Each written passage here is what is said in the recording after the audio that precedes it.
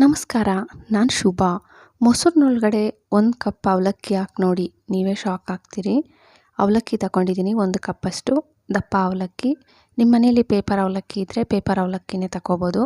ನೋಡಿ 1 ಕಪ್ಪು ಅವಲಕ್ಕಿನೂ ಒಂದು ಬಟ್ಲಿಗೆ ಹಾಕ್ಕೊಂಡು ಒಂದು ಟೈಮ್ ವಾಶ್ ಮಾಡ್ಕೊಂಬಂದ್ಬಿಡಿ. ಮತ್ತು ಒಂದು ಸ್ವಲ್ಪ ನೀರು ಹಾಕ್ಬಿಟ್ಟು ಒಂದು ಸ್ವಲ್ಪ ಹೊತ್ತು ಬಿಟ್ಬಿಡಬೇಕು. ನೋಡಿ ಇದನ್ನು ಪ್ಲೇಟ್ ಏನಾದರೂ ಇಟ್ಬಿಟ್ಟು ಸೈಡ್ಗೆ ಇಟ್ಬಿಡಿ.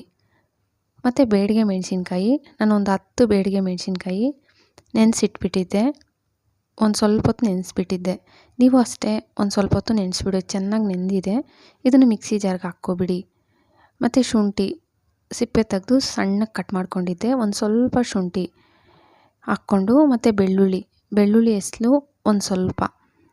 ಮತ್ತು ನೀವು ಇದಕ್ಕೆ ಜೀರಿಗೆ ಮತ್ತು ಹುಣಸೆಹಣ್ಣು ಅಷ್ಟೇ. ಫಸ್ಟೇ ನೀವು ಮೆಣಸಿನ್ಕಾಯಿ ನೆನೆಸ್ತೀರಲ್ಲ, ಆ ಟೈಮಲ್ಲೇ ಒಂದು ಸ್ವಲ್ಪ ಹುಣಸೆಹಣ್ಣು ನೆನೆಸ್ಕೊಬಿಡಿ. ನೋಡಿ ಬೆಳ್ಳುಳ್ಳಿ, ಒಂದು ಸ್ವಲ್ಪ ಜೀರಿಗೆ, ಉಪ್ಪು ಒಂದು ಸ್ವಲ್ಪ, ಮತ್ತು ಹುಣಸೆಹಣ್ಣು ನಾನು ಫಸ್ಟೇ ನೆನೆಸಿಕ್ಕಿದ್ದೆ. ನೀವು ಅಷ್ಟೇ ಫಸ್ಟೇ ನೆನೆಸಿರಬೇಕು. ನಿಂಬೆಹಣ್ಣು ಗಾತ್ರದಷ್ಟು ಒಂದು ಸ್ವಲ್ಪ ತಗೊಂಡು ಚೆನ್ನಾಗಿ ಒಂದು ಸತಿ ತೊಳೆದ್ಬಿಟ್ಟು ಮತ್ತೆ ನೆನೆಸಿಟ್ಟಿದ್ದೆ. ನೀವು ಅಷ್ಟೇ ನೆನೆಸಿಟ್ಟಿರೋದನ್ನು ಹುಣಸೆಹಣ್ಣು ಇದರೊಳಗಡೆಗೆ ಹಾಕ್ಬಿಟ್ಟು ಮಿಕ್ಸಿಯಲ್ಲಿ ರುಬ್ಕೊಂಡು ಬರಬೇಕು. ನುಣ್ಣಗೆ ರುಬ್ಕೊಂಬನ್ನಿ. ನೋಡಿ ತೋರಿಸ್ತೀನಿ, ಈ ಥರ ನುಣ್ಣಗಿರಬೇಕು. ಇದನ್ನು ನೀವು ಇವಾಗ ಒಗ್ಗರಣೆ ಹಾಕ್ಕೋಬೇಕು. ಒಂದು ಬಾಣಲಿ ಇಟ್ಬಿಟ್ಟು ಇದಕ್ಕೆ ಒಂದು ಸ್ವಲ್ಪ ಆಯಿಲು, ಒಂದು ಸ್ವಲ್ಪ ಸಾಸಿವೆ, ಒಂದು ಸ್ವಲ್ಪ ಕರಿಬೇವು ಹಾಕ್ಕೊಬಿಟ್ಟು ಫಸ್ಟೇ ನಾವು ರುಬ್ಬಿಟ್ಟಿರ್ತೀವಲ್ಲ ಮಿಕ್ಸಿಯಲ್ಲಿ, ಇದನ್ನು ಹಾಕ್ಕೊಬಿಡಿ. ಫಸ್ಟು ನೀರೇನು ಹಾಕ್ಕೊಳಕ್ಕೆ ಹೋಗ್ಬೇಡಿ. ನೀವು ಎಷ್ಟು ರುಬ್ಬಿರ್ತೀರೋ ಆ ರುಬ್ಬಿರೋದನ್ನು ಅದರೊಳಗಡೆಗೆ ಹಾಕ್ಬಿಟ್ಟು ಸ್ವಲ್ಪ ಹೊತ್ತು ಹುರ್ಕೋಬೇಕು. ಈ ಹಸಿ ಸ್ಮೆಲ್ ಇರುತ್ತಲ್ಲ ಅದರಲ್ಲಿ, ಆ ಸ್ಮೆಲ್ ಸ್ವಲ್ಪ ಹೋಗೋವರೆಗೂ ಒಂದು ಸ್ವಲ್ಪ ಹೊತ್ತು ಹುರ್ಕೊಳ್ಳಿ. ಸ್ವಲ್ಪ ಹೊತ್ತು ಹುರ್ಕೊಂಡಿದ್ದಾದಮೇಲೆ ಮತ್ತೆ ನೀರು ಹಾಕ್ಕೋಬೇಕು. ನೀರು ಅಷ್ಟೇ ಮಿಕ್ಸಿಯಲ್ಲಿ ನಾವು ರುಬ್ಬಿರ್ತೀವಲ್ಲ ಅದು ಹಂಗೆ ಇರುತ್ತೆ. ಅದಕ್ಕೆ ಅದರೊಳಗಡೆ ಒಂದು ಸ್ವಲ್ಪ ನೀರು ಹಾಕ್ಕೊಂಡು ಚೆನ್ನಾಗಿ ಮಿಕ್ಸ್ ಮಾಡಿಬಿಟ್ಟು ಆ ಮಿಕ್ಸಿ ಜಾರಲ್ಲೇ ಮತ್ತೆ ನೀರು ಹಾಕ್ಕೊಳ್ಳಿ. ಅಂದರೆ ಜಾಸ್ತಿ ನೀರು ಹಾಕ್ಕೋಬಾರ್ದು. ಇದು ಚಟ್ನಿ ಸ್ವಲ್ಪ ಗಟ್ಟಿಯಾಗಿದ್ರೇ ಚೆನ್ನಾಗಿರೋದು. ಒಂದು ಸತಿ ಟ್ರೈ ಮಾಡಿ ನೋಡಿ ನೀವು, ತುಂಬ ಚೆನ್ನಾಗಿರುತ್ತೆ ಇದು. ನೋಡಿ ನೀರು ಒಂದು ಸ್ವಲ್ಪ ಹಾಕ್ಕೊಂಡಿದ್ದೀನಿ, ಚೆನ್ನಾಗಿ ಮಿಕ್ಸ್ ಮಾಡ್ಕೊತಾ ಇದ್ದೀನಿ. ಸ್ವಲ್ಪ ಹೊತ್ತು ಬಿಸಿ ಆದರೆ ಸಾಕು, ಜಾಸ್ತಿ ಏನು ಬಿಸಿ ಆಗಕ್ಕೆ ಬಿಡಬೇಡಿ.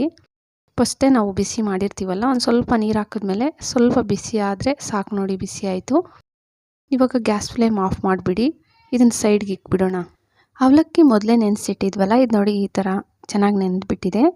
ಇದನ್ನು ಇವಾಗ ಮಿಕ್ಸಿ ಜಾರ್ಗೆ, ದೊಡ್ಡ ಮಿಕ್ಸಿ ಜಾರ್ ತಗೊಂಡು ನೀವು ಅವಲಕ್ಕಿ ನೆನೆಸಿರೋದನ್ನು ಇದರೊಳಗಡೆಗೆ ಹಾಕ್ಕೊಬಿಡಿ. ಅವಲಕ್ಕಿ ಮತ್ತು ರವೆ ತಗೊತಾ ಇದ್ದೀನಿ. ರವೆನೂ ಅಷ್ಟೇ ಮಾಮೂಲಿ ಉಪ್ಪಿಟ್ಟಿಗೆಲ್ಲ ನಾವು ಬಳಸ್ತೀವಲ್ಲ ರವೆ, ಆ ರವೆನೇ ತಗೊಂಡಿದ್ದೀನಿ. 1 ಕಪ್ಪಷ್ಟು. ನೀವು ಯಾವುದಾದ್ರೂ 1 ಕಪ್ ಇಟ್ಕೋಬೇಕು. ಅದೇ ಕಪ್ಪು ಮೆಜರ್ಮೆಂಟಲ್ಲಿ ಕರೆಕ್ಟಾಗಿ ಹಾಕ್ಕೋಬೇಕು. ನೋಡಿ ರವೆನೂ ಸೇಮ್ ಅದೇ ಕಪ್ಪಲ್ಲೇ 1 ಕಪ್ ಹಾಕ್ಕೊಂಡಿದ್ದೀನಿ. ಮತ್ತು ಮೊಸರು ಅಷ್ಟೇ ಅದೇ ಕಪ್ಪಲ್ಲೇ 1 ಕಪ್ಪು ಪೂರ್ತಿ ಹಾಕ್ಕೊಬಿಡಿ.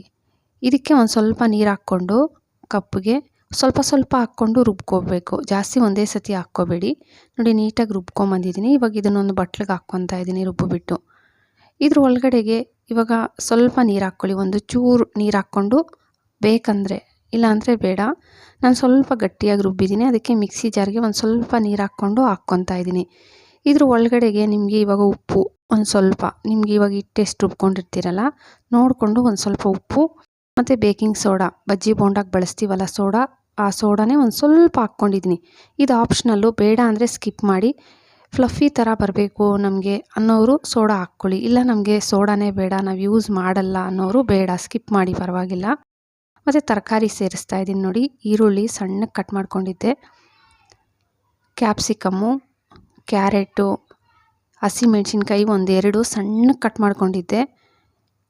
ಕ್ಯಾರೆಟ್ ಹಾಕ್ಕೊಂಡ್ರೆ, ಟೊಮೊಟೊನೂ ಅಷ್ಟೇ ಸಣ್ಣಗೆ ತುಂಬ ಸಣ್ಣಗೆ ಕಟ್ ಮಾಡ್ಕೊಳ್ಳಿ. ಕೊತ್ತಂಬರಿ ಒಂದು ಸ್ವಲ್ಪ. ಮಕ್ಕಳು ತರಕಾರಿ ತಿನ್ನಲ್ಲ ಅಂತಾರಲ್ಲ, ಅದಕ್ಕೆ ಈ ಥರ ತರಕಾರಿಗಳು ಇದು ಸೇರಿಸ್ಬಿಟ್ಟು ಮಾಡಿದ್ರೆ ಟೇಸ್ಟು ತುಂಬ ಚೆನ್ನಾಗಿರುತ್ತೆ. ಮಕ್ಕಳು ತಿಂದುಬಿಡ್ತಾರೆ.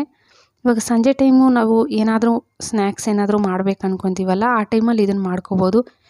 ಚೆನ್ನಾಗಿ ಮಿಕ್ಸ್ ಮಾಡ್ಕೋಬೇಕು. ಇದನ್ನೇನು ನೀವು ಸ್ವಲ್ಪ ಹೊತ್ತು ಬಿಡಬೇಕು ಹಂಗೇನಿಲ್ಲ. ಇವಾಗ ತರಕಾರಿ ಎಲ್ಲ ಹಾಕಿದ್ಮೇಲೆ ಒಂದು 10 ನಿಮಿಷ ಬಿಡಬೇಕಾ ಏನಿಲ್ಲ, ತಕ್ಷಣ ನೀವು ಮಾಡ್ಕೋಬೋದು. ತುಂಬ ಚೆನ್ನಾಗಿರುತ್ತೆ ಟೇಸ್ಟ್ ಅಂತೂ. ನೋಡಿ ಸ್ವಲ್ಪ ಗಟ್ಟಿಯಾಗೇ ಇರಬೇಕು, ಜಾಸ್ತಿ ನೀರಾಗಿರಬಾರ್ದು. ನೋಡಿ ತೋರಿಸ್ತಾ ಇದ್ದೀನಿ ಬ್ಯಾಟರು. ಗ್ಯಾಸ್ ಮೇಲೆ ಒಂದು ಹೆಂಚಿಕ್ಕೊಂಡು ಒಂದು ಸ್ವಲ್ಪ ಆಯಿಲ್ ಹಾಕ್ಕೊಂಡೆ. ಇದು ನೀವು ಉತ್ತಪ್ಪ ಥರ ಸ್ವಲ್ಪ ದಪ್ಪ ಬೇಕಂದ್ರೂ ಮಾಡ್ಕೋಬೋದು, ಇಲ್ಲ ದೋಸೆ ಥರ ನಮ್ಗೆ ತೆಳುವಾಗೆ ಸ್ವಲ್ಪ ಇರಲಿ ಅನ್ನೋರು ನೋಡಿ 2 ಥರನೂ ನಾನು ತೋರಿಸ್ತೀನಿ. ನಿಮಗೆ ದಪ್ಪ ಬೇಕಂದರೆ ಒಂದು 2 ರಿಂದ 3 ಸ್ಪೂನ್ ಹಾಕ್ಕೊಳ್ಳಿ. ಹಾಕ್ಕೊಂಡು ಸ್ವಲ್ಪ ದಪ್ಪನೇ, ಜಾಸ್ತಿ ತೆಳುವಾಗಿ ಮಾಡ್ಕೊಳಕ್ಕೆ ಹೋಗ್ಬೇಡಿ, ಸ್ವಲ್ಪ ದಪ್ಪನೇ ಬಿಟ್ಬಿಡಿ. ಇದು ಉತ್ತಪ್ಪ ಥರ ಸ್ವಲ್ಪ ದಪ್ಪ ಇರುತ್ತೆ, ಟೇಸ್ಟ್ ತುಂಬ ಚೆನ್ನಾಗಿರುತ್ತೆ, ತರಕಾರಿಗಳೆಲ್ಲ ಹಾಕಿರ್ತೀವಲ್ಲ. ಮತ್ತು ನಾನು ತೋರಿಸ್ಕೊಟ್ಟಿರೋ ಚಟ್ನಿನೇ ಮಾಡಬೇಕಂತೇನಿಲ್ಲ, ನೀವು ಬೇರೆ ಚಟ್ನಿ ಟ್ರೈ ಮಾಡ್ಬೋದು. ಆದರೆ ಇದಕ್ಕೆ ಆ ಚಟ್ನಿ ತುಂಬ ಚೆನ್ನಾಗಿ ಅನಿಸ್ತು, ಅದಕ್ಕೆ ಆ ಚಟ್ನಿ ತೋರಿಸ್ಕೊಟ್ಟಿದ್ದೀನಿ. ಅದು ಕಲರ್ಫುಲ್ಲಾಗಿರುತ್ತೆ, ತಿನ್ನೋಕ್ಕೂ ಡಿಫ್ರೆಂಟಾಗಿರುತ್ತೆ. ನೋಡಿ ಸ್ವಲ್ಪ ಹೊತ್ತು ಮುಚ್ಚಳ ಇಟ್ಬಿಟ್ಟಿದೆ, ಮತ್ತು ತೆಗೆದುಬಿಟ್ಟು ಇನ್ನೊಂದು ಕಡೆ ತಿರುಗಿಸ್ಕೊಬಿಡಿ.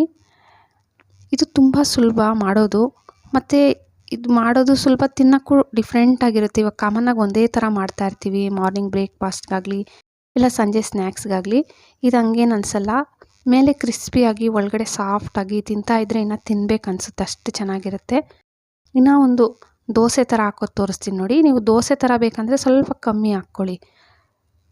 ಕಮ್ಮಿ ಹಾಕ್ಕೊಂಡು ಸೇಮ್ ದೋಸೆ ಯಾವ ಥರ ಈರುಳ್ಳಿ ದೋಸೆ ಎಲ್ಲ ಮಾಡ್ಕೊತೀವಲ್ಲ, ಸೇಮ್ ಹಂಗೆ ಎಲ್ಲ ಕಡೆ ಸ್ಪ್ರೆಡ್ ಮಾಡಿಕೊಂಡೆ ನೋಡಿ. ಇದ್ರ ಮೇಲೆ ಒಂದು ಸ್ವಲ್ಪ ಆಯಿಲ್ ಹಾಕ್ಕೊಳ್ಳಿ. ಹಾಕ್ಕೊಂಡು ಒಂದು ಸ್ವಲ್ಪ ಹೊತ್ತು ಬಿಟ್ಟಿದ್ದೀರಂತಂದರೆ ನೋಡಿ ಸ್ವಲ್ಪ ಕಲರ್ ಚೇಂಜ್ ಆಗುತ್ತಲ್ಲ, ಇನ್ನೊಂದು ಕಡೆ ತಿರುಗಿಸ್ಕೊಬಿಡಿ.